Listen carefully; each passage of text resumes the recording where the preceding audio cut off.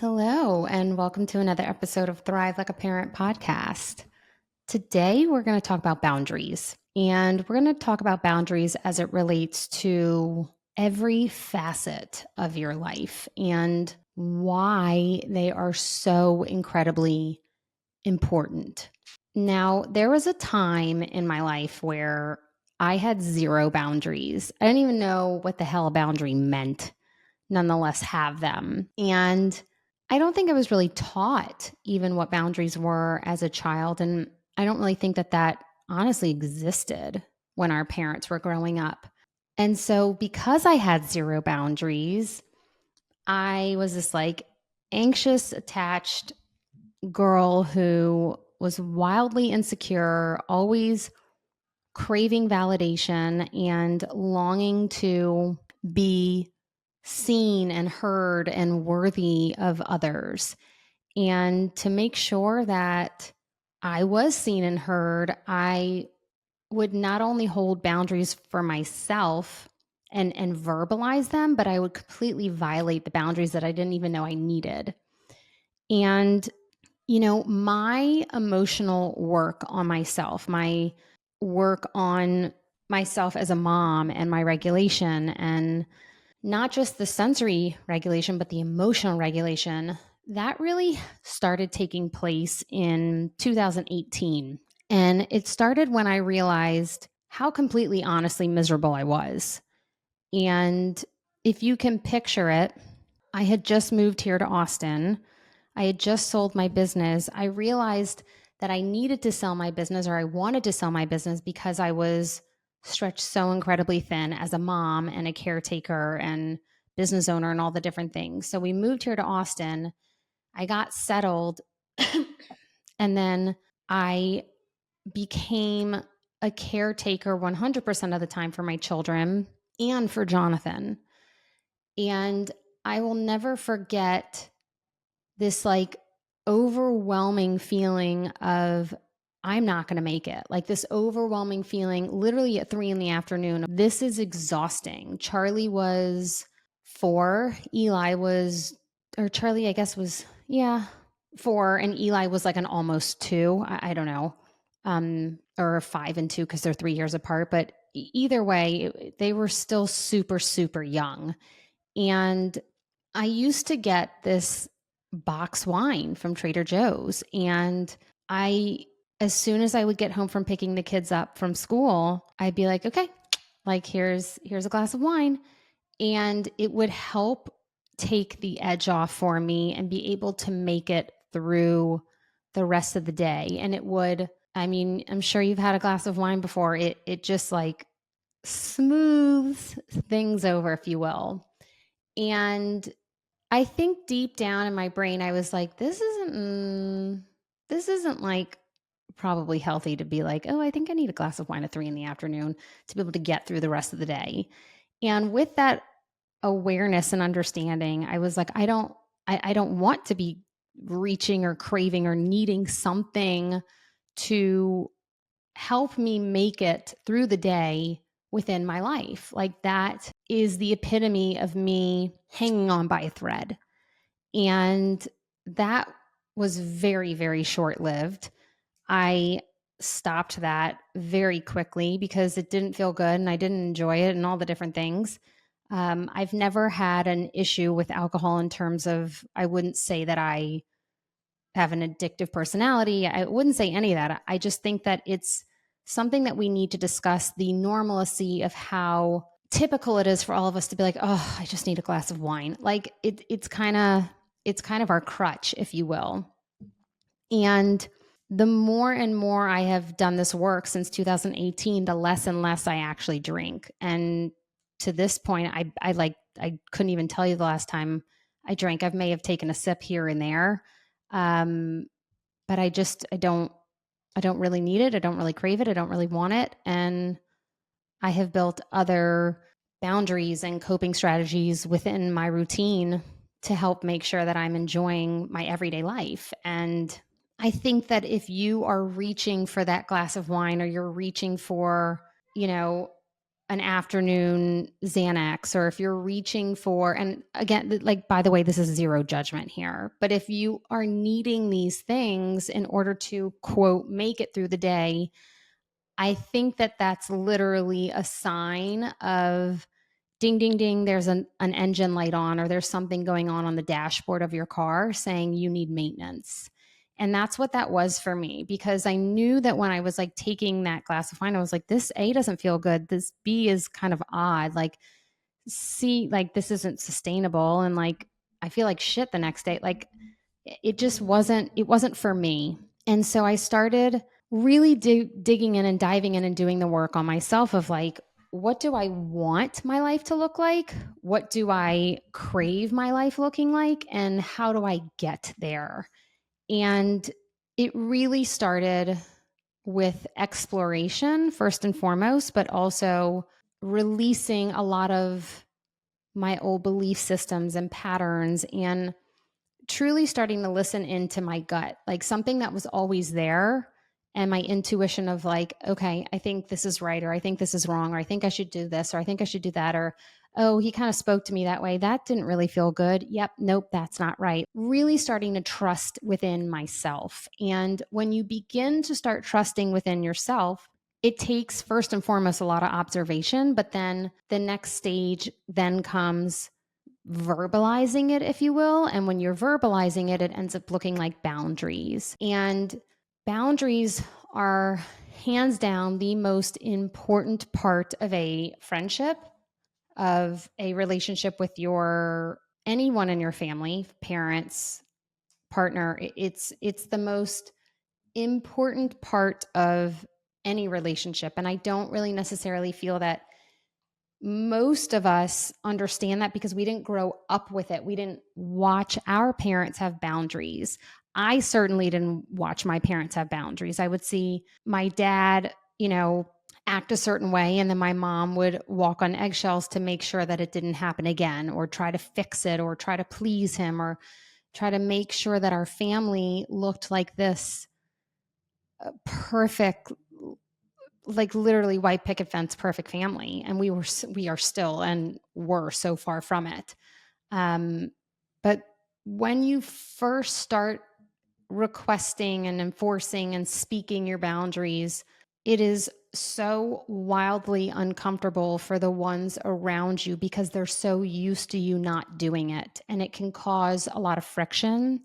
It can cause the release of friendships. It can cause a lot of shifting in dynamics. Throughout my process of my healing journey of just me and who I am, I've absolutely lost friends along the way. And the reason I lost friends was because I held boundaries, and they either A, didn't like it, or B, didn't know what to do with it. Now, I gained a lot of strength from 2018 until about 2020.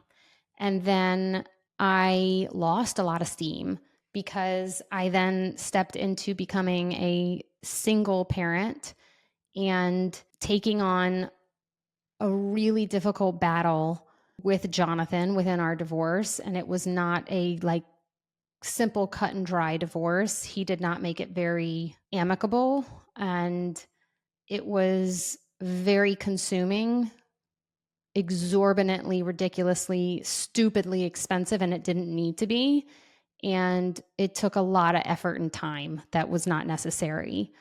Um, I did not think it would go like that, but I think deep down, I knew that if we ever separated and started on that path, I knew that this is what it would look like. And it came to fruition.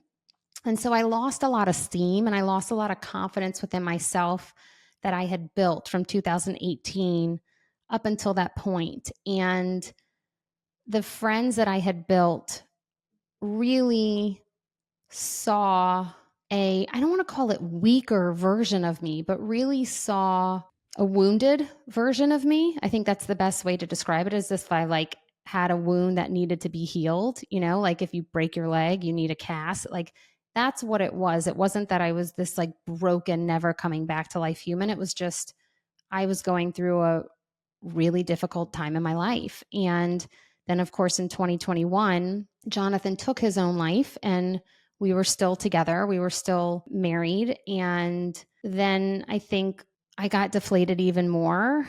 And that's partly because of the things that were spoken to me and the way that individuals treated me and the blame that was placed upon me after Jonathan passed. And I had worked so hard to create this healing journey for myself with boundaries. And, I think that's part of the reason why Jonathan and I didn't make it is because I was holding boundaries and he didn't like it. And I think, just like I said, you're like, it shifts dynamics. Relationships can make it through dynamic shifts. I watch them every single day with my clients. So don't think that they can't make it. But I knew for us specifically, we would either sink or swim. And I had a really strong feeling we were going to sink. And I had to look this journey for myself in the face and still keep taking steps forward, enforcing boundaries, speaking up for myself, saying the things that were never said, and staying true to myself, knowing that we would probably sink. And the reason that I believe we sank is not just because I started enforcing boundaries, but it was because I, for so many years, was taking care of Jonathan as if he was a child. I was taking care of his emotional and mental health to make sure that he remained alive. I mean, that's the best way to describe it. Many people didn't know that on the outside. I didn't tell anyone, but I was single-handedly, like, he was like a feather that was about to just break. I mean, I can't explain it enough. And after 2021, that was a really rough year for me, understandably so. And I think in 2022, I started getting some sea legs back in terms of my boundaries. And I think my friendships were so used to, this wounded bird that when I finally started spreading my wings and flying and holding boundaries for myself, they didn't know what to do with it. And sadly enough, our certain friendships didn't work out. And I had to not only grieve the loss of my husband, but also grieve the loss of some friendships along the way. And I knew that I could get through it because I had done it before, but it does take time. But I also knew that the friendships that I did lose, I knew that they weren't capable of being able to withstand the type of healthy dynamic I longed for in a friendship and in partnerships and just relationships in general. Now, within my family life, it definitely was a windy road with zigzags and highs and lows and all the in-betweens. And we needed space at times. We needed pauses. And that's because we want to keep going with our family, right? Like, I don't want to never speak to my parents again or things like that. But sometimes we needed a pause because we were getting used to the new dynamic of me saying the things that maybe weren't said in the past, or me standing up for myself, or me saying, hey, that's not going to work for me. Sure. I was the sure girl. Like, yeah, sure, that's fine. Yeah, that's fine. Yeah, yeah, okay, that's fine. I would bend over backwards for everyone else and make it happen and never put myself or what my needs were first, ever, ever, ever, ever, ever. And so I started doing that. And if you can imagine, you're on the other side of like, but you've always been the yes girl of like, sure, that's fine. And now you're like, nope, that's not going to work for me. We need to do XYZ instead. It's like, what the heck is going on? Right. And we are now 2024 in such a good place, but it did take time.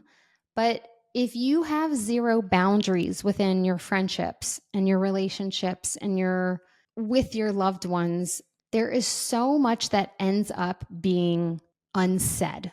There is so much that ends up being swallowed down or pushed down or just put on a shelf and ignored, or it's like, the thing in the room, that needs to be spoken but isn't spoken. And that A doesn't feel good, that B doesn't feel authentic, and C, that doesn't translate to a healthy, vulnerable, connected, any type of relationship, like none. And there was so many different books I read along the way of my journey and lots of mentors and all the different things. But one book in particular, I was reading it and it was by Martha Beck. And she really challenged the idea of telling the truth. And I think in order to hold boundaries, you need to be able to tell the truth because sometimes it's really uncomfortable to say no, or sometimes it's really uncomfortable to say that's not going to work for me. So what we do is we bend the truth and we tell a lie to get out of it so that we look better or that it's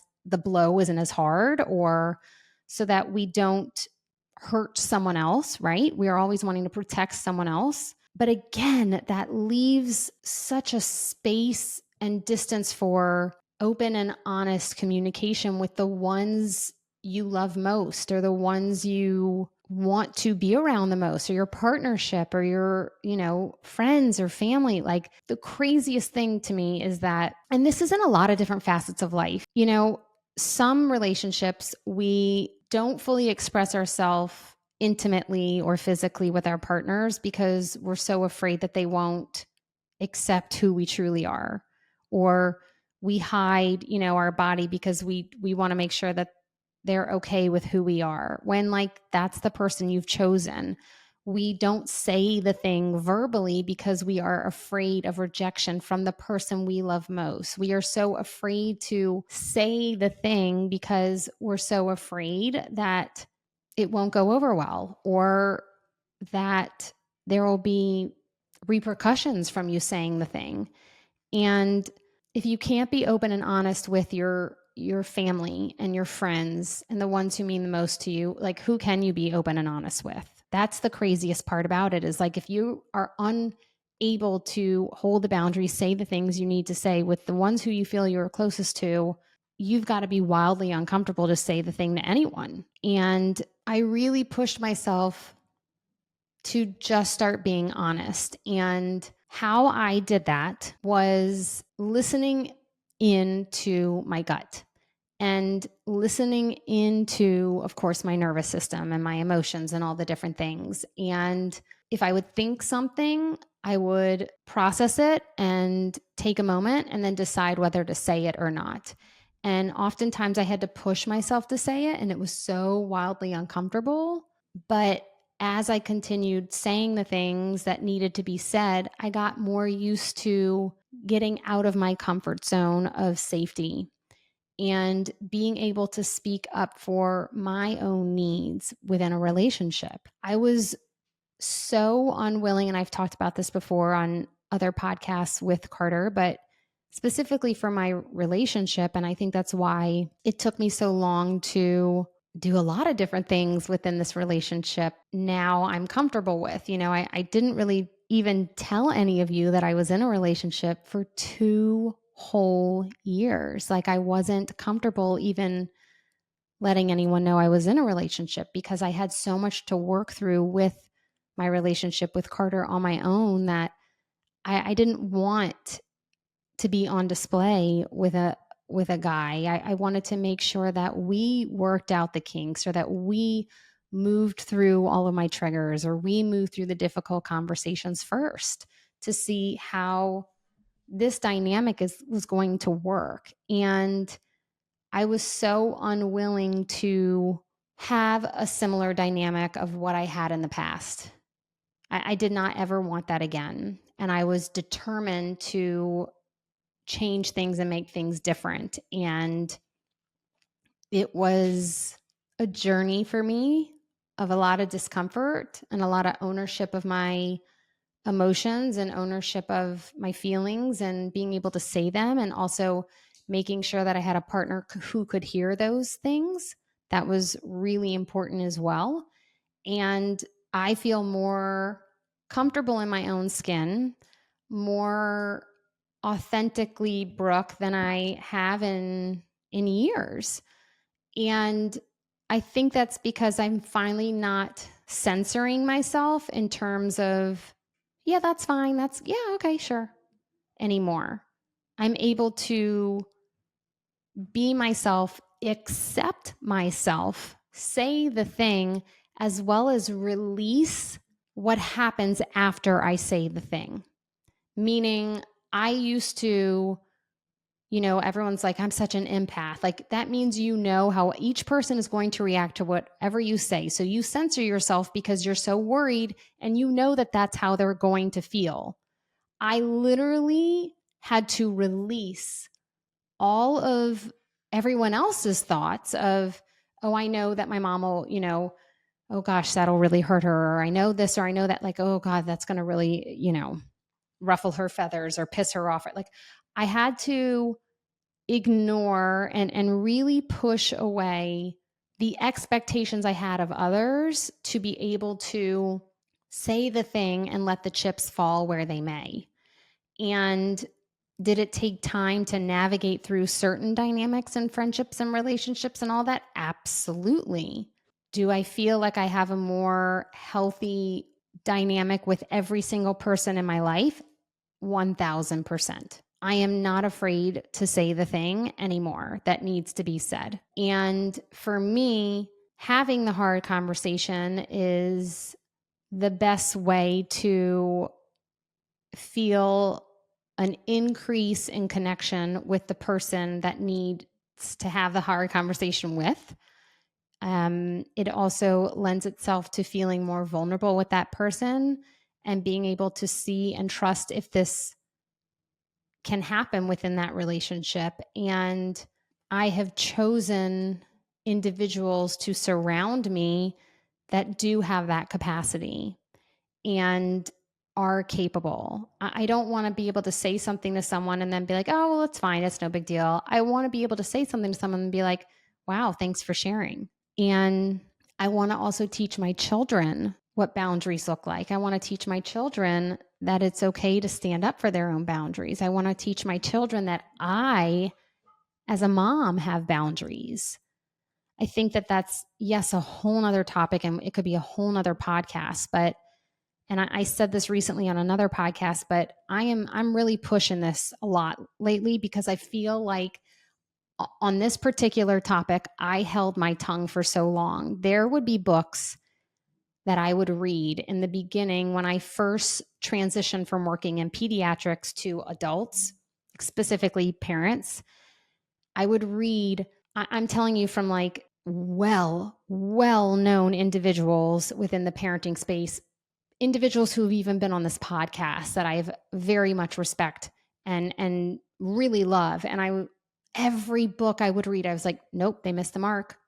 They missed the mark. Like, damn it, they missed the mark. And it was all these books that my generation, you are flocking to help you with parenting information, which is this idea of conscious parenting and gentle parenting and, supporting all of our children's emotions. And, with emotional and sensory regulation, I am all for the emotions. Like, I'm all for it. I'm all for diving deep into the emotions. However, when it comes to parenting, I think that we are so afraid to have a boundary because maybe that means that we're shutting down our child's emotion, that we're just letting it like linger and linger and linger to the point where our children's emotions matter more than the boundaries that we would like to set. And if you continue doing that to a certain point, you will have a 10-year-old, a 12-year-old who is literally running the show. If you feel exhausted right now and you feel like your children are the ones running the show, that tells me that you don't have enough boundaries put in place. Now, if your child's 1 or 2, like they clearly don't understand a boundary. So like let's get to like the 4s and 5s. Okay, like 5 and above. I would say 5 and above is where we can start pushing those boundaries. Because at that point, a lot of that prefrontal cortex is online. A lot of that brain has developed by then. And the majority of that brain development happens by 5. I believe that a lot of our exhaustion and a lot of our like waking up, right? Like me waking up and being like, I need a glass of wine at 3 p.m. was my lack of boundaries. And I've already said that in this podcast, but it wasn't just the lack of boundaries with Jonathan. It was the lack of boundaries with my kids. And yes, they were still young And so I started enforcing those boundaries for myself. First, I started doing it with Jonathan, and then I started doing it with my kids, and I haven't stopped. I was speaking to one of my clients earlier this week, and we talked about follow through of like, have you ever had a conversation with your kids where you're like, if you do this, then this is going to happen. Or if you don't stop, this is going to happen. I'm going to do this. And then you really don't follow through. It's just a simple threat because you know that hopefully by you threatening, they'll stop, but they don't stop. So you have to keep threatening. And then you give them another chance and another chance and another chance and another chance. And you're like, fine, you can earn it back. And like every time you do that and you don't follow through on that boundary, your child is learning, oh, look at that. Ha ha ha ha. It's like a magician. It's like, I can get away with this. Ooh. It's like, I don't know, Dr. Evil or like, ha, ha, ha, ha. Like that's what I think of in my brain of like, ooh, I got him. Like I know, like I know eventually I'm going to get the ice cream cone. So like, or I can earn it back later. So I'm going to keep doing whatever I want to do because they're not really going to do this. And then if I cry about it, they're going to feel bad. So then they're going to give it to me. Like your children are smarter than you think. They're really, really smart. And I know it feels really hard to place a boundary, but let me remind you why boundaries are so important for kids. If you set a boundary, it sets a precedent, and that precedent then gets placed into their data of, the motherboard of their brain, let's say, right? I try to explain the brain like a computer coding data, right? So it's collecting data of like, oh, ding, ding, that's a boundary. If I do that, then that'll happen. Okay, now I know the line. Now I know where we're at. Got it. Like they've made it very clear. If you don't do that, if you don't build that boundary and place that line, your children will continue pushing and therefore never be able to learn new things because they're always pushing back on the old. If you build boundaries and it becomes automatic, they won't have to think about it anymore. It'll literally be automatic. And then their brain has more space to learn the next thing on the list, to learn the next boundary or to learn the next lesson or to learn the next, scheduled routine of putting on your shoes and this and this and that, right? Like you have to be able to enforce these boundaries to help your children learn how to automatically be on auto drive. And if they're not on auto drive, then you're going to be exhausted because you're going to have to keep barking orders at them. It's like driving a car. Sometimes you get to work and you're like, I don't really know how I got here. Like, oh, I just kind of got here. But you know that your body and brain watched the road and like you were safe, like you got there. That's what we want for our kids. We want them to understand what is expected of them. And that does not mean that you are a militant, mean, miserable parent who is just like hounding your children. This idea of gentle and conscious parenting, I think it has scared the living shit out of parents. I really do. And I was quiet about this for so long because I have to tell you, the people who are pushing that shit are so well respected within the parenting space and the parenting community. And, I would look at some of these reels and be like, oh, fuck, like you guys are like eating this shit up. Like there's so much of that scripted parenting. That shit drove me nuts. And I know it's still out there, but one in particular, and I won't say their name, but I'm like, really? Come on. She just told you what to do in a specific situation at a specific time. Now you tell me, if you save that fucking reel, are you going to remember exactly what to say at that time and how to gently and consciously support your child? Like, are you going to remember that? Or are you just going to be like a bat out of hell and snap at your kids? Like, it's unrealistic to me, this scripted parenting shit. Like, it's just unrealistic. And if you trust your gut rather than listening to what everyone else has to say, if you trust your gut and decide, this is how I want my life to go, this is how I want my family dynamic to go, this is how I want everything to work within my home, and move ahead and move forward with it and trust it, you have every right to that. You don't have to worry about what people think. You don't have to worry about what people are saying. You don't have to worry about the boundaries you're setting or the things you're enforcing, even if, it's like your child's tantruming in the middle of Target and you're like, nope, not going to do it. Like, I'm just going to keep walking and I got to get these groceries list done. And you're just going to have to tantrum. Like, I don't really know what to tell you. It is okay to enforce boundaries. Now, the other part of boundaries with parenting that I truly believe we don't take into consideration, I actually asked one of our guests on the podcast this because, and I literally thought about it ahead of time. I said, for individuals who have children who are very strong-willed, or children who really push, or for children who are highly, highly sensitive children, right? Like, you know who I'm talking about. We have done podcasts on these types of kiddos before. They're brilliant. They're going to rule the world. They're wonderful, but they make your life exhausting and miserable while you're trying to raise them, right? Like, they are exceptional. Like, they are fantastic, but they're exhausting human beings because they're brilliant. They are so brilliant that they know how to get away literally with almost murder. Like, they literally know how to, I'm not going to say manipulate, because they don't really necessarily know that they're manipulating, but they know how to calculate and they know how to get what they want or get what they need in like the most sly way. And you're like, how the fuck did you just do that? Like, what? Like, you just got your way. Like, come on, dude. Like, no way. Like, come on. Right. And it's exhausting. And so I asked one of our guests, I said, for parents who have, children who really push the envelope, what would you say of how to support this type of parenting that you, and this philosophy that you preach, basically? And her response was, for parents like this, my method is even more important because we want our children to be exactly who they are.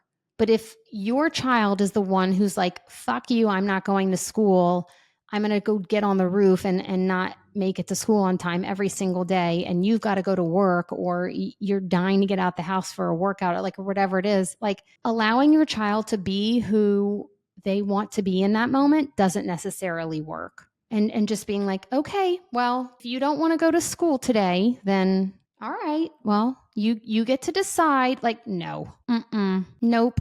Very unpopular opinion in this day and age in society, but I think that we have lost our way and lost our ability to trust in boundaries and how healthy they are to build those boundaries, because it builds structure within your home, and structure, stability, and control is how your brain absolutely thrives.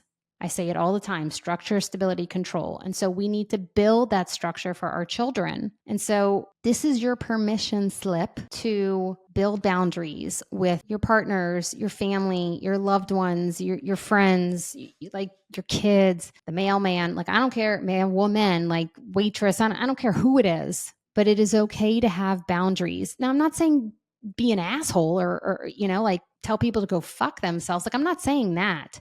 You can clearly have a boundary and be very kind and nice about it. When I place a boundary for my children, I'm not like, like I'm not mean.